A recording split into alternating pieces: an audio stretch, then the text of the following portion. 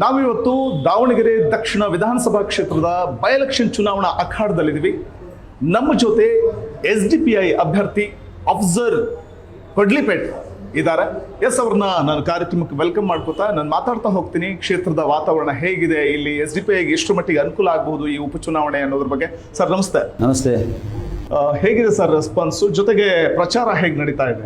Sir, ನಾನು ಯಾವ ಕಡೆಯಲ್ಲೆಲ್ಲ ಹೋಗ್ತಾ ಇದ್ದೇನೆ, ಎಲ್ಲ ಜನರು ಬಹಳ ಪ್ರೀತಿಯಿಂದ ಸ್ವಾಗತಿಸ್ತಾ ಇದ್ದಾರೆ. ಕೇವಲ ಸ್ವಾಗತ ಮಾತ್ರ ಅಲ್ಲ, ನಮ್ಮ ಮನೆಯ ಊಟ ನಿಮಗೆ ಕನ್ಫರ್ಮ್ ಇದೆ, ನೀವು ನಮ್ಮ ಮನೆ ಬಗ್ಗೆ ಚಿಂತೆ ಮಾಡಬೇಡಿ, ಇಂಥ ಏರಿಯಾದ ಹೆಸರನ್ನ ಹೇಳ್ತಾ ಇದ್ದಾರೆ, ಈ ಏರಿಯಾಗೆ ಹೋಗಿ, ಈ ಗಲ್ಲಿಯಲ್ಲಿ ಹೋಗಿ, ಅಂದ್ರೆ ಇದೇನನ್ನ ಸೂಚಿಸ್ತದೆ ಅಂತ ಹೇಳಿದ್ರೆ ಇಲ್ಲಿ ಜನರು ಒಂದು ನಿರ್ಧಾರ ಮಾಡಿ ಆಗಿದೆ ಸರ್. ಒಂದು ಪರ್ಯಾಯಕ್ಕಾಗಿ ಹಾತೊರಿತಾ ಇದಲ್ಲ, ಇದು ಪರ್ಯಾಯ SDPI ಅಂತ ಹೇಳಿ ನಿರ್ಧಾರ ಮಾಡಿ ಆಗಿದೆ. ಖಂಡಿತ ಜನರು ವಿಶ್ವಾಸವನ್ನ ಇಟ್ಟು ಈ ಪಕ್ಷದ ಮೇಲೆ ಪ್ರೀತಿಯನ್ನು ಏನು ತೋರಿಸ್ತಾ ಇದ್ದಾರೆ, ಇದನ್ನ ನೋಡ್ತಾ ಇರಬೇಕಾದ್ರೆ ಗೆಲುವು ಖಚಿತ. ಈಗ ಇನ್ನ ನಿಮ್ಮ ಸ್ಪರ್ಧೆ ಕೇವಲ ಇದು ಪೂರ್ವ ನಿರ್ಧಾರಿತ ಆಗಿರುವಂತದ್ದ ಅಥವಾ ಕಾಂಗ್ರೆಸ್ನಲ್ಲಿ ಮುಸ್ಲಿಂ ಅಭ್ಯರ್ಥಿಗೆ ಟಿಕೆಟ್ ಸಿಗಲ್ಲ ಅನ್ನುವಂತಹ ಕಾರಣಕ್ಕೆ ನೀವು ಸ್ಪರ್ಧೆ ಮಾಡ್ತಿರೋದ ಅಂತ? ನೋಡಿ ಸರ್, ನಾವು ಲಾಸ್ಟ್ ಜನರಲ್ ಅಸೆಂಬ್ಲಿ ಎಲೆಕ್ಷನ್ ಅಲ್ಲೂ ಕೂಡ ಇಲ್ಲಿ ಅಭ್ಯರ್ಥಿಯನ್ನು ಹಾಕಿದ್ವಿ. ಹಾಗಾಗಿ ಇದು ಪೂರ್ವ ನಿರ್ಧರಿತನ ಅಥವಾ ಕಾಂಗ್ರೆಸ್ಗೆ ಟಿಕೆಟ್ ಸಿಗದಿದ್ದಾಗ ಹಾಕಿದ್ದ ಅದೇನು ಇಲ್ಲಿ ಫ್ಯಾಕ್ಟರ್ ಅಲ್ಲ. ಒಂದು ರಾಷ್ಟ್ರೀಯ ರಾಜಕೀಯ ಪಕ್ಷವಾಗಿ ಇಲ್ಲಿ ಜನರ ನಾಡಿ ಮಿಡಿತವನ್ನು ಅರಿತು ಇಲ್ಲಿ ಜನರ ಹೋರಾಟದಲ್ಲಿ ನಮ್ಮ ಕಾರ್ಯಕರ್ತರು 24x7 ಕೆಲಸ ಮಾಡಿ, ನೆರೆ ಬಂದಾಗ, ಬರೆ ಬಂದಾಗ, ಕರೋನಾ ಬಂದಾಗ, NRC CAA ಬಂದಾಗ, ಇಲ್ಲಿಯ ನಿರಾಶ್ರಿತರ ಸಮಸ್ಯೆ ಬಂದಾಗ 24x7 ಇವರ ಸೇವೆ ಮಾಡಿದ್ದಾರೆ. ಹಾಗಾಗಿ ಬೇರೆಯವರ ಹಾಗೆ ನಾವು ನಿಲ್ಬೇಕೋ ಬೇಡೋ ಅಂತ ಪ್ರಶ್ನೆನೇ ಇಲ್ಲ. ಒಂದು ಪಕ್ಷವಾಗಿ ನಾವು ಅಭ್ಯರ್ಥಿಯನ್ನು ಹಾಕಲೇಬೇಕು sir. Social democratic party of India ಅಂತ ಹೇಳಿದ್ರೆ ಒಂದು ಕೇಡರ್ ಬೇಸ್ ಪೊಲಿಟಿಕಲ್ ಪಾರ್ಟಿ. ನಾವು ವರ್ಷದ 365 ದಿನವೂ ಕೂಡ ಜನರ ರಿಯಲ್ ಇಶ್ಯೂಗಳನ್ನು ತಗೊಂಡು ಹೋರಾಟದಲ್ಲೇ ಇದ್ದೇ ಇರ್ತೇವೆ. ಚುನಾವಣೆ 5 ವರ್ಷದಲ್ಲಿ ಒಮ್ಮೆ ಮಾತ್ರ ಬರುವಂಥದ್ದು. ಹಾಗಾಗಿ ಚುನಾವಣೆ ಬಂದಾಗ ನಮ್ಮ ಹೋರಾಟದ ಹಿನ್ನೆಲೆಯನ್ನು ನೋಡಿ, ನಮ್ಮ ಹೋರಾಟವನ್ನು ನೋಡಿ ಜನರು ನಮಗೆ ಮತವನ್ನು ಕೂಡ ಕೊಡ್ತಾರೆ. ಲಾಸ್ಟ್ ಜನರಲ್ ಅಸೆಂಬ್ಲಿ ಎಲೆಕ್ಷನ್ ಅಲ್ಲೂ ಕೂಡ ನಾವು ಅಭ್ಯರ್ಥಿ ಹಾಕಿದ್ವಿ, ಈಗಲೂ ಕೂಡ ಅಭ್ಯರ್ಥಿ ಹಾಕಿದ್ದೀವಿ. ಜಸ್ಟ್ ಅಭ್ಯರ್ಥಿ ಮಾತ್ರ ಚೇಂಜ್ ಆಗಿದೆ ಹೊರತು ಇದು ಪೂರ್ವ ನಿರ್ಧರಿತನೋ ಅಥವಾ ನೀವು ಇನ್ಸ್ಟೆಂಟ್ಲಿ ತಗೊಂಡ ತೀರ್ಮಾನನೋ. ಈ ಚುನಾವಣೆನೇ ಒಂದು ಇನ್ಸ್ಟೆಂಟ್ಲಿ ಬಂದಿರುವಂಥದ್ದು. ಶಾಮನೂರು ಅವರು ತೀರ್ಕೊಳ್ಳಿಲ್ಲ ಅಂದ್ರೆ ಈಗ ಚುನಾವಣೆ ನಡೀತಾ ಇರಲಿಲ್ಲ. ಹಾಗಾಗಿ ಇನ್ಸ್ಟೆಂಟ್ಲಿ ಚುನಾವಣೆಗಳು ಬಂದಾಗ ಇನ್ಸ್ಟೆಂಟ್ ತೀರ್ಮಾನ ತಗೊಳ್ಳಬೇಕಾಗ್ತದೆ. ರಾಜ್ಯ ಸಮಿತಿ, ರಾಷ್ಟ್ರೀಯ ಸಮಿತಿ ಇಮಿಡಿಯೇಟ್ಲಿ ಕೂತಿ ತೀರ್ಮಾನ ತಗೊಂಡಿದೆ. ಆದ್ರೆ ನಮ್ಮ ಕೆಲಸ 24x7 365 ಡೇಸ್ ನಡೀತಾನೆ ಇರ್ತದೆ. ಈಗ ಅಫ್ಸರ್ ಅವರು ಕಿಂಗ್ ಬಂದಿದಾರೋ ಅಥವಾ ಕಿಂಗ್ ಮೇಕರ್ ಮಾಡೋದಕ್ಕೆ ಬಂದಿದಾರೋ ಅಂತ ಈ ಚುನಾವಣೆ? ನಾನು ಕಿಂಗು ಅಲ್ಲ, ಕಿಂಗ್ ಮೇಕರು ಅಲ್ಲ. ನಾನೊಬ್ಬ ಮನುಷ್ಯ, ನಾನೊಬ್ಬ ಸಾಮಾಜಿಕ ಹೋರಾಟಗಾರ, ನಾನೊಬ್ಬ ಹುಟ್ಟು ಹೋರಾಟಗಾರ. ನಾನು ದಾವಣಗೆರೆಯ ಮನೆಯ ಮಗನಾಗಿ ದಾವಣಗೆರೆಯ ಜನರ ಹೃದಯದಲ್ಲಿ ನಾನು ಪ್ರೀತಿ ವಿಶ್ವಾಸವನ್ನು ಗಳಿಸಿರುವಂತವನು. ನಾನು ಗೆದ್ರೂ ಕೂಡ ನನಗೆ 2 ಕೋಡ್ ಬರಲ್ಲ. ನಾನು MLA ಆಗೋದೇ ಹೊರತು ನಿಮ್ಮ ಶಾಸಕ, ನಿಮ್ಮ ಧ್ವನಿಯನ್ನ ಶಾಸನ ಸಭೆಗೆ ತಲುಪಿಸುವಂತವನಾಗ್ತೀನಿ ಹೊರತು ನನಗೆ 2 ಕೋಡ್ ಬರಲ್ಲ. ಹಾಗಾಗಿ ಇದು ಕಿಂಗು, ಇದು ಕಿಂಗ್ ಪಿನ್ನು, ಕಿಂಗ್ ರೋಲು, ಇದು ಕಿಂಗ್ ಮೇಕರ್, ಅದು ಯಾವುದೂ ಅಲ್ಲ. ನಾನೊಬ್ಬ ನೈಜ ಜನಸೇವಕನಾಗಿ ಜನರೊಂದಿಗಿದ್ದು, ಜನರ ಜೊತೆಗೆ ಬೀದಿಯಲ್ಲಿ, ಜನರ ಜೊತೆಗೆ ಜಗುಲಿಯಲ್ಲಿ, ಜನರೊಂದಿಗೆ ನಮ್ಮ ಏರಿಯಾಗಳಲ್ಲಿ ಕೆಲಸ ಮಾಡಲಿಕ್ಕೆ ಬಂದಂತಹ ಜನಸೇವಕ. ಕಾಂಗ್ರೆಸ್ನ ಭದ್ರಕೋಟೆ ಇದು ದಾವಣಗೆರೆ ದಕ್ಷಿಣ ಕ್ಷೇತ್ರ. ಈ ಭದ್ರಕೋಟೆಯನ್ನು ಒಡೆಯಲು ನಿಮ್ಮ ಮಾಸ್ಟರ್ ಪ್ಲಾನ್ ಏನು ಅಂತ? ನೋಡಿ ಸರ್, ಕರ್ನಾಟಕದಲ್ಲಿ SDPI ಕೋಸ್ಟಲ್ ಕರ್ನಾಟಕದಲ್ಲಿ ಒಂದಿಷ್ಟು ಗ್ರಾಮ ಪಂಚಾಯತ್ಗಳಿರ್ಬೋದು ಅಥವಾ ಕಾರ್ಪೊರೇಷನ್ಗಳಿರ್ಬೋದು, CMCಗಳಿರ್ಬೋದು ಅಧಿಕಾರದಲ್ಲಿ ಆಲ್ರೆಡಿ ಇದೆ. ಈ ಮಧ್ಯ ಕರ್ನಾಟಕದಲ್ಲಿ ಕೆಲವು ಗ್ರಾಮ ಪಂಚಾಯತಿ ಮೆಂಬರ್ಸ್ ನಮಗೆ ಇದ್ದಾರೆ. ಆದ್ರೆ ನಮ್ಮ ಪಕ್ಷದ ಬಲ ಇವತ್ತು ಹೆಚ್ಚಾಗಿದೆ.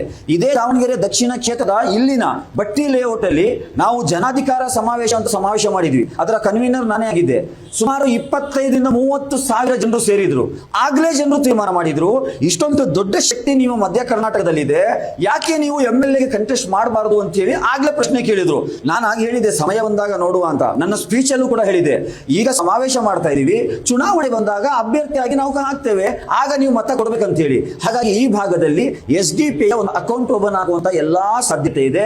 ಮಧ್ಯ ಕರ್ನಾಟಕದಲ್ಲೂ ಕೂಡ ಹಸಿವು ಮುಕ್ತ, ಭಯಮುಕ್ತ ಸಿದ್ಧಾಂತಕ್ಕೆ ಒಳ್ಳೆಯ ಫರ್ಟೈಲ್ ಆದಂತ ಲ್ಯಾಂಡ್ ಎಂಬುದನ್ನ ಈ ಚುನಾವಣೆ ಸಾಬೀತುಪಡಿಸುತ್ತೆ. ಎಸ್, ನಿಮ್ಮ ಮತ ಕೇಳುವಂತಹ ಸಂದರ್ಭದಲ್ಲಿ ಕೇವಲ ಅಲ್ಪಸಂಖ್ಯಾತರನ್ನಷ್ಟೇ ಗುರಿಯಾಗಿಸ್ಕೊಂಡು ಮತ ಕೇಳ್ತಿರೋದು ಅಥವಾ ಎಲ್ಲಾ ವರ್ಗದವರು, ಎಲ್ಲ ಸಮುದಾಯದವರು ವಿಶ್ವಾಸಕ್ಕೆ ತೆಗೆದುಕೊಳ್ಳುವಂತಹ ಪ್ರಯತ್ನ ಹೇಗೆ ನಡೀತಾ ಇದೆ? ನೋಡಿ ಸರ್, ನನ್ನ 30 ವರ್ಷದ ಹೋರಾಟದಲ್ಲಿ ನಾನು ತಗೊಂಡಿರುವಂತಹ ಹೋರಾಟಗಳು ಒಂದೇ ಸಮುದಾಯಕ್ಕೆ ಸೀಮಿತ ಅಲ್ಲ.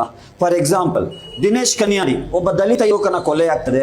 ಬೆಳ್ತಂಗಡಿಯಿಂದ ಮಂಗಳೂರಿನ ಜಿಲ್ಲಾಧಿಕಾರಿ ಕಚೇರಿಯವರೆಗೆ 48 ಕಿಲೋಮೀಟರ್ ಪಾದಯಾತ್ರೆ ಮಾಡ್ತೇನೆ. ಅವನು ನನ್ನ ಸಮುದಾಯದವನಲ್ಲ.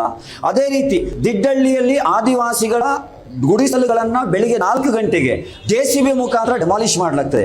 ಅವರಿಗೆ ಬೇಕಾಗಿ ಜಿಗ್ನೇಶ್ ಮೇವಾನಿ ಮತ್ತು ದಿವಂಗತ ಸ್ವಾತಂತ್ರ್ಯ ಹೋರಾಟಗಾರರಾದ ದೊರೆಸ್ವಾಮಿ ಮತ್ತು ಗೌರಿ ಲಂಕೇಶ್ ಅವರೊಟ್ಟಿಗೆ ಸೇರಿ ಕೊಡಗಿನಿಂದ ದಿಡ್ಡಳ್ಳಿಯಿಂದ ಬೆಂಗಳೂರಿಗೆ ಪಾದಯಾತ್ರೆ ಮಾಡ್ತೇನೆ, ಅವರು ನನ್ನ ಸಮುದಾಯದವರಲ್ಲ.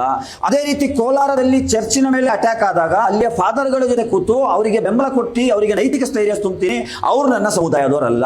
ಅದೇ ರೀತಿ ಒಳ ಮೀಸಲಾತಿಯ ಹೋರಾಟಕ್ಕಾಗಿ ಬೆಳಗಾವಿಗೆ, ಉಡುಪಿಯಿಂದ ಬೆಳಗಾವಿಗೆ ಪಾದಯಾತ್ರೆ, ಚಲೋ ಬೆಳಗಾವಿ ಅಂಬೇಡ್ಕರ್ ಜಾಥಾ ಮಾಡ್ತೀನಿ, ಅವರು ನನ್ನ ಸಮುದಾಯದವರಲ್ಲ. ಬೆಂಗಳೂರಿನಲ್ಲಿ ಕನ್ನಡ ಪರ ಒಟ್ಟಿಗೆ ಸೇರಿ ಡಾಕ್ಟರ್ ಸರೋಜಿನಿ ಮಹಿಷಿ ವರದಿಯ ಜಾರಿಗಾಗಿ, ಉದ್ಯೋಗಗಳಲ್ಲಿ ಕನ್ನಡಿಗರಿಗೆ ಮೀಸಲಾತಿಗಾಗಿ ಹೋರಾಟ ಮಾಡ್ತೀನಿ, ಅದು ನನ್ನ ಸಮುದಾಯದ ಹೋರಾಟ ಅಲ್ಲ. ಎಲ್ಲಾ ವರ್ಗದ ಹೋರಾಟದಲ್ಲಿ ನಾನು ಭಾಗವಹಿಸಿದ್ದೇನೆ. ಹಾಗಾಗಿ ಇಲ್ಲಿ ನಾನು ಒಂದು ಅಹಿಂದ ಅಭ್ಯರ್ಥಿಯಾಗಿ ಕಣದಲ್ಲಿದ್ದೇನೆ. ನನ್ನ ಸಮುದಾಯ ನನಗೆ ಕೈ ಬಿಡುವುದಿಲ್ಲ, ಕರೆಕ್ಟ್. ಆದ್ರೆ ಇತರ ಸಮುದಾಯವು ಕೂಡ ಕೈ ಬಿಡುವುದಿಲ್ಲ. ಯಾಕಂದ್ರೆ ಅವರ ಪರವಾಗಿ ನಾನು ಧ್ವನಿ ಎತ್ತಿದ್ದೇನೆ, ಅವರಿಗೆ ಹೋರಾಡಿದ್ದೇನೆ, ಅವರಿಗಾಗಿ ಜೈಲಿಗೆ ಹೋಗಿದ್ದೇನೆ, ಅವರಿಗಾಗಿ ಕೇಸ್ ಹಾಕಿಸ್ಕೊಂಡಿದ್ದೇನೆ. ನಾನು ಬಾಬಾ ಬುಡನ್ಗಿರಿ ಸೌಹಾರ್ದ ಕೇಂದ್ರವಾಗಿ ಉಳಿಸ್ಕೊಳ್ಬೇಕೆಂಬ ಹೋರಾಟದಲ್ಲಿ ಗೌರಿ ಲಂಕೇಶ್ ಮೇಡಮ್ ಒಟ್ಟಿಗೆ ನಾನು ಅರೆಸ್ಟ್ ಆದವನು ಸರ್. ಆ ಟೈಮಲ್ಲಿ ಅಲ್ಲೇ SP ಹೇಳಿದ್ರು, ಒಂದು ಅಪಾಲಜಿ ಬಂದ್ಬಿಡಿ ಮೇಡಮ್, ನಾವು ನಿಮಗೆ ರಿಲೀಸ್ ಮಾಡ್ತೇವೆ. ಗೌರಿ ಮೇಡಮ್ ಜೊತೆ ನಾನು ಹೇಳಿದೆ ಆಗ್ಲೇ, ನಾನು ಅಪಾಲಜಿ ಬರೀಲಿಕ್ಕೆ ನಾನು ಯಾವುದೇ ಕೊಲೆ ಮಾಡಲಿಲ್ಲ, ಮರ್ಡರ್ ಮಾಡಲಿಲ್ಲ. ನಮ್ಮ ಕೇಂದ್ರವನ್ನ ಸೌಹಾರ್ದ ಕೇಂದ್ರವಾಗಿ ಉಳಿಸ್ಬೇಕಂತ ನಾನು ಧ್ವನಿ ಎತ್ತಿದ್ದು ತಪ್ಪಾದ್ರೆ ಜೈಲಿಗೆ ಹೋಗ್ಲಿಕ್ಕೆ ನಾನು ತಯಾರು ಅಂತೇಳಿ ಮಾತನಾಡಿದಂತ ಮಗ. ಅಂದ್ರೆ ಈ ಹೋರಾಟದಲ್ಲಿ ಈ ಜೈಲು, ಈ ಬಂಧನಗಳು, ಈ ಕೇಸುಗಳು ಇದ್ಯಾವುದು ಕೂಡ ಈ ಅಹಿಂದ ವರ್ಗದ ಹೋರಾಟದಿಂದ ನನಗೆ 1 ಇಂಚು ಕೂಡ ಹಿಂದೆ ಚಲಿಸಲಿಕ್ಕೆ ಸಾಧ್ಯ ಆಗ್ಲಿಲ್ಲ ಅಂತ ಹೇಳಿದ್ರೆ, ಈ ಚುನಾವಣೆಯಲ್ಲಿ ಅಹಿಂದ ವರ್ಗದ ಮತದಾರರು ನನ್ನನ್ನು ಬೆಂಬಲಿಸ್ತಾರೆ ಎಂಬಂತಹ ಭರವಸೆ ಇದೆ. ಈಗಾಗಲೇ ರಾಜ್ಯದ ಮೂಲೆ ಮೂಲೆಗಳಿಂದ ಹಲವಾರು ಹೋರಾಟಗಾರರು ನನಗೆ ಕಾಲ್ ಮಾಡಿ ನನಗೆ ಬೆಂಬಲ ಘೋಷಣೆ ಮಾಡ್ತಾ ಇದ್ದಾರೆ. ನಾನು ಅವರಲ್ಲಿ ರಿಕ್ವೆಸ್ಟ್ ಮಾಡ್ತಾ ಇದ್ದೇನೆ, ನನಗೆ ಕಾಲ್ ಮಾಡಿ ಬೆಂಬಲ ಘೋಷಿಸಿದ್ರೆ ಆಗಲ್ಲ, ನಿಮ್ಮ ಕಾಂಟ್ಯಾಕ್ಟ್ ಅಲ್ಲಿ ಇರುವಂತಹ ಮತದಾರರಿಗೆ ನನಗೆ ಮತವಾಗಿ ಕನ್ವರ್ಟ್ ಮಾಡುವಂತ ಕೆಲಸ ಮಾಡಿ ಅಂತ ರಿಕ್ವೆಸ್ಟ್ ಮಾಡಬೇಕಾದ್ರೆ ಖಂಡಿತ ನಾವು ವಾಲಂಟಿಯರ್ ಆಗಿ ಬಂದು ಮಾಡ್ತೀವಿ ಅಂತ ಹೇಳಿ ಅವರು ನನಗೆ ಭರವಸೆ ಕೊಟ್ಟಿದ್ದಾರೆ. ಸೋಷಿಯಲ್ ಮೀಡಿಯಾದಲ್ಲಿ ಅಬ್ಸರ್ವ್ ಇರುವಂತಹ ಕ್ರೇಜೇ ಬೇರೆ, ಆದ್ರೆ ಆ ಕ್ರೇಜ್ ಮತವಾಗಿ ಬದಲಾಗುತ್ತಾ? ನೋಡಿ, ಈ ದಾವಣಗೆರೆ ಭಾಗದಲ್ಲಿ ಒಂದು ಫ್ಯಾಕ್ಟ್ ಅನ್ನ ಹೇಳ್ತೇನೆ. ಈ ಫೇಸ್ಬುಕ್ ಅಲ್ಲಿ ನಮ್ದು 30K ಇದೆ ಸರ್, ಟ್ವಿಟರ್ ಅಲ್ಲಿ 35K ಇದೆ. ಇನ್ನು ನಾ ಫ್ಯಾನ್ ಫಾಲೋವರು ಬೇರೆ ಬೇರೆ ಪೇಜ್ ಇದೆಲ್ಲ ನೋಡಿದ್ರೆ ಅದು ಲ್ಯಾಕ್ಸ್ ಕ್ರೋರ್ಸ್ ಅಲ್ಲಿ ಹೋಗ್ಬೋದು. ಅದೆಲ್ಲವೂ ಮತ ಅಂತ ಭಾವಿಸುವಂತಹ ಏನು ಬುದ್ಧಿವಂತ ನಾನಲ್ಲ.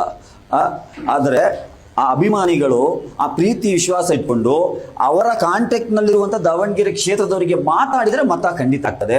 ನನಗೆ ವಿಶ್ವಾಸ ಇದೆ, ದಾವಣಗೆರೆಯಲ್ಲೂ ಕೂಡ ನನ್ನ ಅಭಿಮಾನಿಗಳು ತುಂಬ ಇದ್ದಾರೆ, ಅವರ ಅಭಿಮಾನಕ್ಕೆ ನಾನು ಚಿರಋಣಿ. ಆದರೆ ಅಭಿಮಾನ ಸಾಕಾಗೋದಿಲ್ಲ, ನನಗೀಗ ಮತಗಳು ಬೇಕು. ಯಾಕೆಂದ್ರೆ ನಾನು ಶಾಸನ ಸಭೆಯಲ್ಲಿ ಒಳಗೆ ಹೋಗಬೇಕು, ನಿಮ್ಮ ಪರವಾಗಿ ಧ್ವನಿ ಎತ್ತಬೇಕಂದ್ರೆ ಮತವಾಗಿ ಅದನ್ನು ಪರಿವರ್ತನೆ ಮಾಡಿ. ಫೇಸ್ಬುಕ್, ಇನ್ಸ್ಟಾ ಅದೆಲ್ಲ ಇದ್ದೇ ಇದೆ, ಅದರಲ್ಲಿ ನಾವು ಫ್ರೆಂಡ್ಸ್ ಆಗಿ ಇರುವ ಪರವಾಗಿಲ್ಲ, ಲೈಕ್ ಕೊಟ್ಟರೆ ಸಾಕಲ್ಲಿ, ಅಲ್ಲಿ ಮತ ಕೊಡಬೇಕಾಗಿಲ್ಲ. ಇಲ್ಲಿ ನನಗೆ ಮತಗಳು ಬೇಕು. ಈ ಕ್ಷೇತ್ರದ ಮತದಾರರು, ನನ್ನ ಅಭಿಮಾನಿ ಬಳಗದವರಿಗೆ ಯಾರಿಗೆಲ್ಲ ಕಮ್ಯುನಿಕೇಶನ್ ಅಲ್ಲಿ ಇದ್ದೀರಾ, ನೀವು ಅವರಿಗೆ ಕಮ್ಯುನಿಕೇಟ್ ಮಾಡಿ ನನ್ನ ಪರವಾಗಿ ಮತದಾನವನ್ನು ಮಾಡಲಿಕ್ಕೆ ನೀವು ರಿಕ್ವೆಸ್ಟ್ ಮಾಡ್ಕೊಳ್ಳಿ ಅಂತ ನಾನು ತಿಳ್ಕೊಳ್ತೇನೆ. ನಿಮ್ಮ ಸ್ಪರ್ಧೆ ಕಾಂಗ್ರೆಸ್ ವಿರುದ್ಧನ ಅಥವಾ ಬಿಜೆಪಿ ವಿರುದ್ಧನ ಅಂತ? ನನ್ನ ಸ್ಪರ್ಧೆ ಯಾರ ವಿರುದ್ಧವೂ ಅಲ್ಲ, ಯಾರ ಪರವೂ ಅಲ್ಲ. ನನ್ನ ಸ್ಪರ್ಧೆ ಈ ಕ್ಷೇತ್ರದ ಅಭಿವೃದ್ಧಿಯನ್ನ ಮುಂದಿಟ್ಕೊಂಡು ಇಲ್ಲಿಯ ಅಹಿಂದ ವರ್ಗದ ಈ ರಾಜಕೀಯ ಗುಲಾಮತನದಲ್ಲಿ ಇಟ್ಟಿದಂತ ಇದುವರೆಗೆ ಆಡಳಿತ ಮಾಡಿದಂತ ಒಂದು ರಾಜ ಮನೆತನದ ವಿರುದ್ಧ ನನ್ನ ಚುನಾವಣೆ ಇದು. ನಾನು ಈ ಜನರ ಹೃದಯದಲ್ಲಿ, ಈ ಜನರ ಜನಮಾನಸದಲ್ಲಿ ಅಚ್ಚಳಿಯದಂತಹ ಒಂದು ಅಭಿವೃದ್ಧಿಯನ್ನ ಮಾಡಿ ತೋರಿಸ್ತೇನೆ ಎಂಬಂತ ಭರವಸೆ ಕೊಡ್ತಾ ಇದ್ದೇನೆ. ಇದು ನನ್ನ ಚುನಾವಣೆ. ಮತ್ತೊಂದು ಕಡೆ ಮುಸ್ಲಿಂ ಸಮುದಾಯಕ್ಕೆ ಟಿಕೆಟ್ ಸಿಗಲ್ಲ ಅನ್ನುವಂಥ ಕಾರಣಕ್ಕೆ ಒಂದು ಕಡೆ ಸಾದಿಕ್ ಪೈಲ್ವಾನ್ ಅವರು ಬಂಡಾಯ ಅಭ್ಯರ್ಥಿಯಾಗಿ ಕಣಕ್ಕೆ ಇಳಿದಿದ್ದಾರೆ. ಸೊ ಮತ್ತೊಂದು ಕಡೆ SDPI ಅಭ್ಯರ್ಥಿಯಾಗಿ ತಾವು ಕಣದಲ್ಲಿದ್ದೀರಿ. ಸೊ ಎಲ್ಲೋ ಒಂದು ಕಡೆ ಸಾಂಪ್ರದಾಯಿಕ ಅಥವಾ ನಿರ್ಣಾಯಕ ಮತಗಳಾಗಿರುವಂಥ ಮುಸ್ಲಿಂ ಮತಗಳು ಇಲ್ಲಿ ಸ್ಪ್ಲಿಟ್ ಆಗುವಂಥ ಸಾಧ್ಯತೆ ಇರುತ್ತೆ. ಇದರಿಂದ BJP ಲಾಭ ಆಗುವಂಥ ಚಾನ್ಸಸ್ ಇರುತ್ತಾ? ನಾಳೆ ಸಂಜೆ ಒಳಗೆ ಎಲ್ಲ ಕ್ಲಿಯರ್ ಆಗುತ್ತೆ ಸರ್. ಹಾಲು ಯಾವುದು, ನೀರು ಯಾವುದು ಎಲ್ಲವೂ ಕ್ಲಿಯರ್ ಆಗ್ತದೆ. ಹಲವಾರು ಜನರು ಅವರ ಡೆಮೋಕ್ರೆಟಿಕ್ ರೈಟ್ಸ್ ನಾಮಪತ್ರ ಸಲ್ಲಿಸಿದ್ದಾರೆ. ಯಾಕಂದ್ರೆ ನಾವು ಯಾರು ಅವರಿಗೆ ಕಂಪೇಲ್ ಮಾಡ್ಲಿಕ್ಕೆ ಆಗಲ್ಲ. ಆದರೆ ಇಲ್ಲಿ ಚುನಾವಣಾ ರಂಗದಲ್ಲಿ ನೀವು ಫೀಲ್ಡ್ ನೋಡಿದ್ರೆ ಜನಮಾನಸದಲ್ಲಿರುವಂಥದ್ದು 1-2-3 ಜನರ ಬಗ್ಗೆ ಚರ್ಚೆ ಇದೆ. ಅದು ನಾಳೆ ಕ್ಲಿಯರ್ ಆಗ್ತದೆ. ನಾಳೆ ಸಂಜೆವರೆಗೆ ಅವಕಾಶ ಇದೆ. ಇಲ್ಲಿ ನೇರ ಸ್ಪರ್ಧೆ ಇರುವಂಥದ್ದು. ಬೆಳ್ಳಿ ಸ್ಪೂನು ಮತ್ತು ಚಿನ್ನದ ಸ್ಪೂನ್ನಲ್ಲಿ ಊಟ ಮಾಡಿದಂತಹ, ವಿದೇಶದಲ್ಲಿ ವಿದ್ಯಾಭ್ಯಾಸ ಮಾಡಿದಂತಹ ಒಬ್ಬ ಅಸಮರ್ಥನ ಜನರು ತೀರ್ಮಾನ ಮಾಡಲಿ, ನಾನು ಹೇಳಲ್ಲ, ಅಂತಹ ಒಂದು ಅಭ್ಯರ್ಥಿ ಮತ್ತು 30 ವರ್ಷಗಳ ಸುದೀರ್ಘ ಹೋರಾಟದ ಹಿನ್ನೆಲೆ ಇರುವಂತಹ, ಜನರೊಂದಿಗೆ ಅರಿತು, ಜನರೊಂದಿಗೆ ಬೆರೆತು, ಜನರೊಂದಿಗೆ ಹೋರಾಟ ಮಾಡುವಂತಹ ಇತಿಹಾಸ ಇರುವಂತಹ ಅಫ್ಸರ್ ಕುಡ್ಲಿಪೇಟೆ ನಡುವೆ ನೇರ ಹಣಾಣಿ ಇರುವಂತದ್ದು. ಇದು ನನ್ನ ಮಾತಲ್ಲ, ಎಲ್ಲಿ ನೀವು ಚರ್ಚೆ ಮಾಡಿದ್ರು ಕೂಡ ನೀವು ನೋಡಿ, ನಾನು ಫೀಲ್ಡ್ ಅಲ್ಲಿ ಹೋಗ್ತಾ ಇದ್ದೀನಿ, ಯಾವ ಕಡೆ ಹೋದ್ರು ಕೂಡ ಕ್ಯಾ ಒಂದು ಉರ್ದು ಅಲ್ಲಿ ಮಾತಿದೆ, ಈಸ್ ಬಾರ್ ನಹಿ ತೋ ಅಬ್ ನಹಿ ತೋ ಕಭಿ ಭಿ ನಹಿ, ಅಂದ್ರೆ ಕನ್ನಡದಲ್ಲಿ ಈ ಬಾರಿ ಇಲ್ಲ ಅಂದ್ರೆ ಯಾವತ್ತೂ ಇಲ್ಲ ಅಂತ ಎಲ್ಲರೂ ಕೂಡ ತೀರ್ಮಾನ ಮಾಡಿಯಾಗಿದೆ. ಸ್ಪರ್ಧೆಯಲ್ಲಿ ಈ ಬಾರಿ ಒಂದು ಬದಲಾವಣೆ ತರಲೇಬೇಕು. ಆ ಬದಲಾವಣೆ SDP ಪರವಾಗಿ ಒಂದು ಅಲೆಯಾಗಿ ಮಾರ್ಪಡ್ತಾ ಇದೆ. ಹಾಗಾಗಿ ಇಲ್ಲಿ ಬೇರೆಯವ್ರದ್ದು ದೊಡ್ಡ ಫ್ಯಾಕ್ಟರ್ ಅಲ್ಲ, ನೇರ ಚುನಾವಣೆಯಲ್ಲಿ ಹಣಾಹಣಿ ಇದೆ. ಹಾಗಾಗಿ ಈ ಬಾರಿ ಒಂದು ಉತ್ತಮ ಫಲಿತಾಂಶ ಸಿಕ್ಕದೆ. ಅಫ್ಸರ್ ಹೊರಗಿನಿಂದ ಬಂದವರು, ಅಲ್ಲಿಗೆ ಅವರಿಗೆ ಈ ಕ್ಷೇತ್ರದ ಬಗ್ಗೆ ಏನ್ ಗೊತ್ತಿದೆ, ಇಲ್ಲಿನ ಸಮಸ್ಯೆ ಬಗ್ಗೆ ಏನ್ ಗೊತ್ತಿದೆ ಅನ್ನುವಂಥ ಒಂದು ಮಾತು ಕೇಳಿ ಬರ್ತಿದೆ. ಸರ್, ರಾಹುಲ್ ಗಾಂಧಿ ಎಲ್ಲಿಂದ ಸರ್? ರಾಹುಲ್ ಗಾಂಧಿ ಬಂದು ವಯನಾಡಲ್ಲಿ ಸ್ಪರ್ಧೆ ಮಾಡ್ತಾರೆ, ಯಾರು ಎಲ್ಲಿಂದ ಏನು ಕೇಳಲ್ಲ. ಅಫ್ಸರ್ ಕುಡ್ಲಿಪೇಟೆ ದಾವಣಗೆರೆಯ ಮಣ್ಣಿನ ಮಗ. ದಾವಣಗೆರೆಯ ಪ್ರತಿ ಮನೆಯಲ್ಲೂ ಕೂಡ ಅವರ ಹೃದಯದಲ್ಲಿದ್ದಾನೆ ಅಫ್ಸರ್ ಕುಡ್ಲಿಪೇಟೆ. ನಾನು ಒಂದು ಪಕ್ಷದ ರಾಜ್ಯ ಪ್ರಧಾನ ಕಾರ್ಯದರ್ಶಿ. ನಾನು ಈಗ ಹೋದ್ರೆ ದಾವಣಗೆರೆಯಲ್ಲಿ ಯಾವ ಮನೆಗೆ ಬೇಕು ನಾನು ಕಿಚನ್ ವರೆಗೆ ಹೋಗ್ಬೋದು ಸರ್, ನನಗೆ ಅಷ್ಟು ಆಕ್ಸೆಸ್ ಇದೆ. ಯಾಕಂದ್ರೆ ಪ್ರತಿಯೊಬ್ಬರ ಮನೆಯನ್ನ ನಾನು ಸಂಪರ್ಕಿಸಿದ್ದೇನೆ, ಪ್ರತಿಯೊಬ್ಬರ ಗಲ್ಲಿಗೆ ನಾನು ಹೋಗಿದ್ದೇನೆ, ಪ್ರತಿಯೊಬ್ಬರ ಸಂಕಷ್ಟಕ್ಕೆ ನಾನು ಸ್ಪಂದಿಸಿದ್ದೇನೆ. ಹಾಗಾಗಿ ಅಫ್ಸರ್ ಕುಡ್ಲಿಪೇಟೆ ರಾಜ್ಯದ ಮಣ್ಣಿನ ಮಗ, ಕರುನಾಡ ಮಗ. ಈ ಕರುನಾಡಲ್ಲಿ ಯಾವ ಜಿಲ್ಲೆಯಲ್ಲಿ ಯಾವ ಊರಿನಲ್ಲಿ ಹೋದ್ರೂ ಕೂಡ ನನಗೆ ಬೇಕಾಗಿ, ನನಗಂದ್ರೆ ನಮ್ಮ ವೈಯಕ್ತಿಕ ಅಲ್ಲ, ನನ್ನ ಸಿದ್ಧಾಂತಕ್ಕೆ ಬೇಕಾಗಿ ನನಗೆ ಏನು ರೆಡ್ ಕಾರ್ಪೆಟ್ ಹಾಕಿ ನನಗೆ ಸ್ವಾಗತ ಮಾಡುವಂತಹ ದೊಡ್ಡ ಮನಸ್ಸು ಇರುವಂತಹ ಜನರಿದ್ದಾರೆ. ದಾವಣಗೆರೆ ಜನರು ನನ್ನನ್ನು ಬಹಳ ಪ್ರೀತಿ ವಿಶ್ವಾಸದಿಂದ ಸ್ವೀಕರಿಸಿದ್ದಾರೆ. ಹಾಗಾಗಿ ಹೊರಗಿನವರು ಒಳಗಿನವರು ಇದ್ಯಾವುದು ಏನು ಫ್ಯಾಕ್ಟರೇ ಅಲ್ಲ. ನಾನು ದಾವಣಗೆರೆಯ ಜನರ ನಾಡಿ ಮಿಡಿತವನ್ನು ಅರ್ತಿದ್ದೇನೆ, ಇಲ್ಲಿಯ ಜನರ ಹಕ್ಕುಗಳಿಗಾಗಿ ಹೋರಾಟ ಮಾಡಿದ್ದೇನೆ, ಇಲ್ಲಿಯ ಪಲ್ಸ್ ಅನ್ನು ಅರ್ತಿದ್ದೇನೆ. ಇಲ್ಲಿಗೆ ಏನು ಮಾಡಬೇಕು ಎಂಬುದರ ಬಗ್ಗೆ ನನ್ನ ಹತ್ರ ಒಂದು ಆಲೋಚನೆ ಇದೆ, ನನ್ನ ಮುಂದಾಲೋಚನೆ ಇದೆ, ನನ್ನ ಆಕ್ಷನ್ ಪ್ಲಾನ್ ಇದೆ. ಹಾಗಾಗಿ ಖಂಡಿತ ಜನರು ಈ ಬಾರಿ ನನಗೆ ಮತವನ್ನು ಕೊಡ್ತಾರೆ. ಇದು SDPI ಅಭ್ಯರ್ಥಿಯಾದಂತಹ ಅಫ್ಸರ್ ಅವರ ಮಾತು. ನೋಡ್ತಾ ಇರಿ ಫ್ರೀಡಂ ಟಿವಿ, ಇದು ಜನಸಾಮಾನ್ಯರ ಚಾನಲ್. ಕ್ಷಣ ಕ್ಷಣದ ಸುದ್ದಿಗಳಿಗಾಗಿ ಫ್ರೀಡಂ ಟಿವಿ ಸಬ್ಸ್ಕ್ರೈಬ್ ಮಾಡಿ, ಲೈಕ್ ಮಾಡಿ ಹಾಗೂ ಫಾಲೋ ಮಾಡಿ.